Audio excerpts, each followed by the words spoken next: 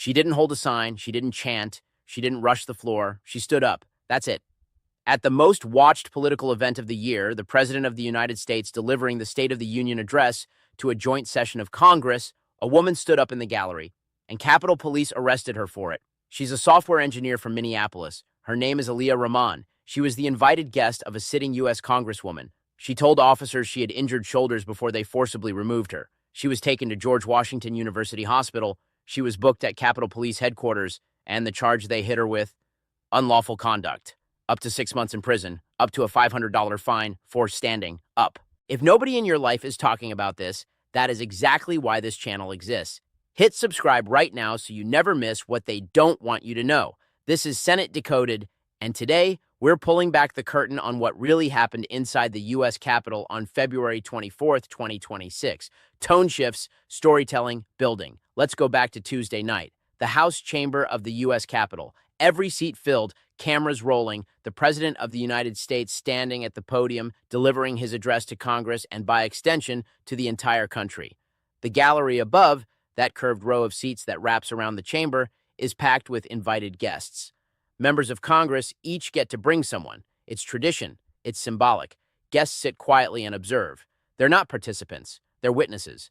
Living props, in a sense, meant to represent real Americans and the issues their representatives care about.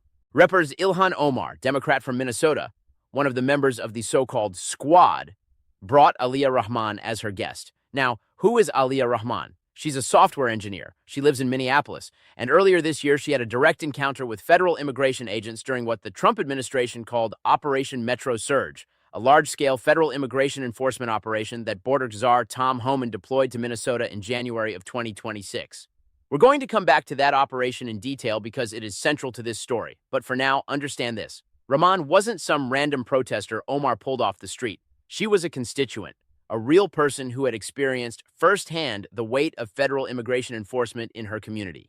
Omar brought her to the State of the Union as a statement, a quiet, human statement about what those policies look like on the ground. And here's where the story gets complicated. During the speech, at some point, Rahman stood up. She stood up. No sign, no chanting, no rushing the floor, no disruption of any kind beyond the act of being upright in a room where other people were also, at various moments, standing. In fact, Omar's office pointed out that other guests were also standing at moments during the speech, moments of applause, moments of reaction. It's not a room where people are surgically planted in their chairs for the duration, but something about Aliyah Rahman standing up triggered a response. Capitol Police approached her. She was removed from the gallery. She told them, warned them, about her injured shoulders. She was taken out anyway. Reports that later emerged described her being aggressively handled during the removal. Someone eventually intervened to get her medical attention. She was taken to George Washington University Hospital. Then she was booked. There are only two things you can do at the State of the Union, Rahman said afterward in an interview with Democracy Now!, and they are sit down and stand up. I was arrested for standing up.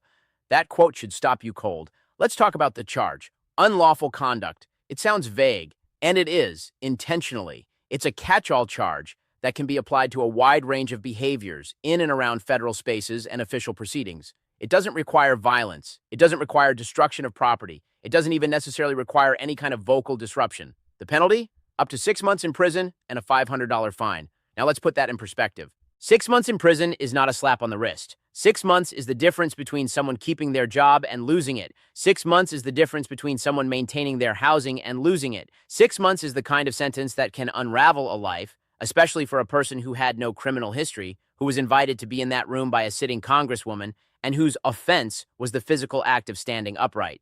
The chilling effect here is the whole point. And here's what I need you to understand about how charges like this work in the American legal system. A charge is not a conviction, but it doesn't have to be. The arrest itself, the booking, the hospital trip, the fingerprints, the mugshot, the paperwork, that is already a consequence. Even if prosecutors decline to pursue the case, even if the charge is eventually dropped, the fact of the arrest is now part of Aliyah Rahman's permanent record unless she takes legal steps to have it expunged. It costs money and time she shouldn't have to spend. The message isn't necessarily sent in the courtroom. The message is sent the moment the cuffs go on.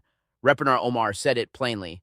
The heavy-handed response to a peaceful guest sends a chilling message about the state of our democracy. She called for a full explanation of why the arrest occurred. As of the time this video was recorded, Capitol Police had not issued a statement explaining their decision to remove and charge Rahman.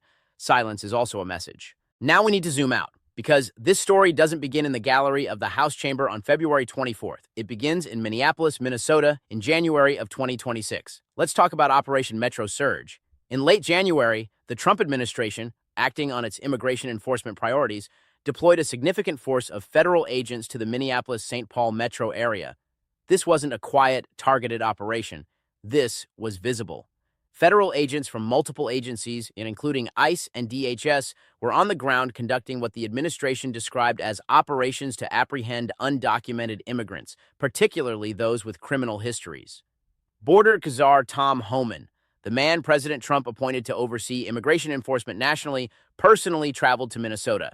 He held press conferences, he made statements, he was there to make a point as much as to make arrests, and the community responded. Counter-protests formed. Residents showed up in neighborhoods where enforcement actions were taking place. Some tried to physically block or document federal agents. There were confrontations. Some of those confrontations turned violent. Some turned deadly. The state of Minnesota and the city of Minneapolis had policies that, at the time, limited local law enforcement cooperation with federal immigration authorities. Homan called this a sanctuary posture and made clear that the federal government was going to operate in Minnesota with or without local cooperation. Aliyah Rahman was a person who found herself in the middle of this. The specific nature of her encounter with federal agents, what happened, what was said, what was done, hasn't been exhaustively reported in the public record, but it was significant enough that Representative Ilhan Omar chose her as a guest to the State of the Union. It was significant enough that Omar wanted her in that room. She wasn't a symbol. She was a person who had lived through something, and Omar wanted the president to be in the same building as someone who had felt the direct impact of his policies. That's the political act Omar was performing, and it was well within her rights and long-standing tradition to do so. Fast forward to February 12th, Homan announced the end of Operation Metro Surge. In his words, it was no longer necessary because local law enforcement in Minnesota had begun cooperating with federal authorities. As a result of our efforts here, Homan said, Minnesota is now less of a sanctuary state for criminals. He also clarified that a, quote, small footprint of personnel would remain, and that federal investigators assigned to look into both the agitators who had clashed with agents and what he described as fraud investigations would stay until that work was done. Note that word, fraud investigations. We'll come back to it, because what Homan is describing is a layered operation. Phase 1 was the visible enforcement sweep. Phase 2 is the quieter, longer-term investigation of the people who showed up to resist it, and Aliyah Rahman was in that community. Let's talk about the political architecture of what happened Tuesday night. The State of the Union is theater. I don't mean that dismissively, I mean it literally. It is a constitutionally mandated event that has evolved over centuries into a highly choreographed political performance. Every word in the president's speech is written and rewritten dozens of times. Every applause line is engineered for maximum effect. The guests in the gallery are chosen strategically by the White House and by members of Congress to serve as visual counterpoints to whatever narrative is being advanced that night. The president brings heroes. The opposition brings witnesses. This is the system. Both parties use it. It's been used for decades. When members of Congress bring guests who have been directly affected by the administration's policies, they are doing exactly what the tradition intends. They are putting a human face on policy. They are saying implicitly, this isn't abstract. This happened to a real person. And that person is in this room tonight. Representative Omar knew what she was doing, and the administration's allies in that chamber knew what she was doing too. Now, here's the political tension that matters. Ilhan Omar is one of the most high-profile critics of the Trump administration's immigration policies. She represents Minnesota's 5th congressional district, which includes Minneapolis, the epicenter of Operation Metro Surge. She has been outspoken, confrontational, and, by her own admission, sometimes in ways that escalate rather than de-escalate. In fact, Omar herself had what media outlets described as an unavoidable outburst during Trump's speech. She wasn't a neutral observer sitting on her hands. She was engaged visibly and vocally with what was unfolding in that chamber, and she brought a guest who, according to the available evidence, did nothing more than stand up. Was Rahman making a statement by standing? Possibly, probably, almost certainly, from a symbolic standpoint, but symbolic standing, standing while silent, standing without signage, standing in a public gallery during a public address, has never, to anyone's knowledge, been treated as a criminal act at the State of the Union. Until now. The question that every American, regardless of party, should be asking is this: who gets to decide what counts as unlawful conduct in a room that belongs to the people? I want to step back for a moment and talk about something that gets lost in the speed of the news cycle. We are living through a period of extraordinary tension between the executive branch of the U.S. government and the norms that have for generations governed what the government can and cannot do to the people it serves. Immigration enforcement is not new. Federal agents conducting operations in American cities is not new. Members of Congress bringing guests to the State of the Union who have been affected by federal policy, not new. What is relatively new, or at least what has accelerated dramatically, is the use of federal apparatus to target, document, and charge individuals who are associated with resistance to executive policy. Let's be precise about what's happened here in just the last month. Federal agents deployed to Minnesota in an operation that, by Homan's own admission, included personnel assigned to investigate agitators, a word that carries enormous weight when used by law enforcement. Agitator is not a legal category. It is a political label. And once you are labeled an agitator, you become a subject of scrutiny in ways that can follow you indefinitely.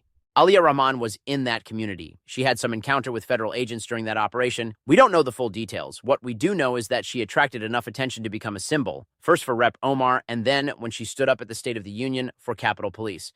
And now she faces a criminal charge. Let's be very clear. Aliyah Rahman has not been convicted of anything. She is presumed innocent. The charge against her may be dropped. The case may never go to trial. That is possible. But here's the thing about possible. Possible is cold comfort when you've been arrested in the Capitol. Possible is cold comfort when your name is in police records.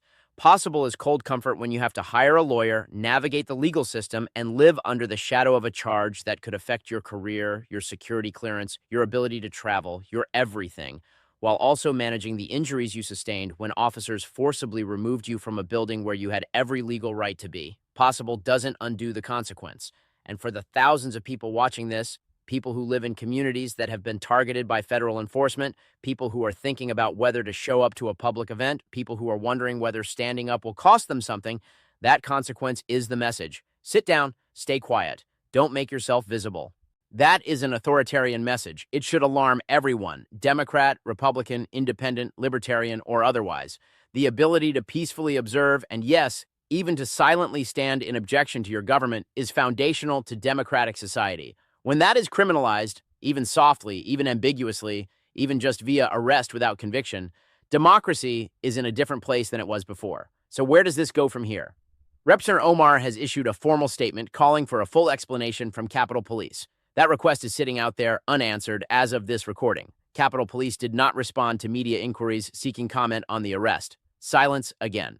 Democrats on Capitol Hill, and likely some civil liberties-minded Republicans, though they may be less vocal about it, will be watching what the Department of Justice and Capitol Police do with this charge. If prosecutors move forward with the case, expect it to become a significant political flashpoint. Expect lawyers, advocacy groups, and civil liberties organizations to get involved. Expect hearings if the political dynamics in Congress allow for them. If the charge is quietly dropped, that will also be a statement, though a different one. It might suggest that someone in the chain of command decided that the optics of prosecuting a woman for standing up at the State of the Union were not worth the political cost. But let's be honest, the arrest already happened. The harm is already done. Aliyah Rahman went to a hospital. She went to a booking facility. She has a charge on her record until and unless it is officially cleared. And the software engineer from Minneapolis, who earlier this year had an encounter with federal agents during a mass immigration enforcement operation and who was invited by her congresswoman to watch the president speak, is now a defendant. Meanwhile, the small footprint of federal investigators that Tom Homan left behind in Minnesota continues its work. The fraud investigations continue. The agitator investigations continue. The enforcement mechanism doesn't turn off just because the cameras do. Here are the questions that nobody in the mainstream media is asking loudly enough. First, what specifically did Capitol Police observe that justified the use of force to remove Aliyah Rahman? Not a vague reference to unlawful conduct. What precisely did she do that met the legal threshold for arrest? Second, were other guests standing at various points during the speech? If so, and Omar's statement suggests yes, why was Rahman singled out? Third, what is the full history of arrests at the State of the Union for gallery guests? How many people have been charged with unlawful conduct for standing? Is there a documented precedent, or is this genuinely unprecedented? Fourth, what was the nature of Rahman's encounter with federal agents during Operation Metro Surge? Is there any reason to believe that encounter led to her being flagged, and that flag contributed to how Capitol Police responded to her? Fifth, who made the decision to charge her?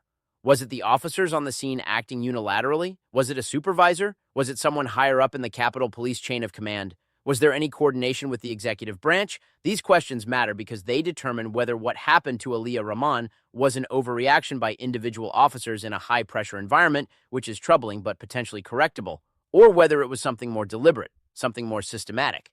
The difference between those two possibilities is enormous. One is a bad night with accountability and reform as potential remedies. The other is a policy. Here's what I want you to take away from this. Democracy is not a destination. It's not something you arrive at and then get to keep without maintenance. It is a daily practice. It is a set of norms, institutions, and habits that either hold or don't, depending on whether the people inside the system and the people watching the system decide they care. The State of the Union is supposed to be a demonstration of democratic vitality. The president speaks, Congress listens, the country watches. It's a ritual that says, this is how we do it. Power speaks in public. Power is accountable. Power can be witnessed. And on February 24th, 2026, a woman exercised her right to witness. She sat in the gallery, she watched, and at some point she stood up the way people stand up, the way people have always stood up, in silence, in solidarity, in grief, in protest, in presence, without lifting a hand against anyone or anything. And they arrested her for it. If that doesn't bother you, I would ask you to imagine someone you love in that gallery. Your mother, your daughter, your neighbor, your friend.